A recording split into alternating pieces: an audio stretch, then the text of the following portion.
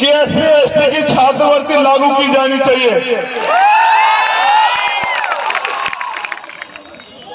आर्थिक रूप से कमजोर है मेरा समाज, इनको थोड़े बहुत अवसर संविधान से मिल रहे उनको मत छीनो। ताड़ी को कर्सी का दर्जा मिलना चाहिए, ये हमारी दूसरी मांग है। सभी प्रदेशों में SC/ST आयोग है लगभग, यहां की सरकार को लगता है SC/ST आयोग की जरूरत नहीं है। उनको लगता है नहीं लगता, हमें पता है SC/ST आयोग कितना जरूरी है। इसलिए हम मांग करते हैं कि SC/ST आयोग को यहां बहाल किया जाना चाहिए।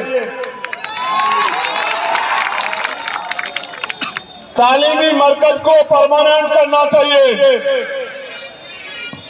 100% आरक्षण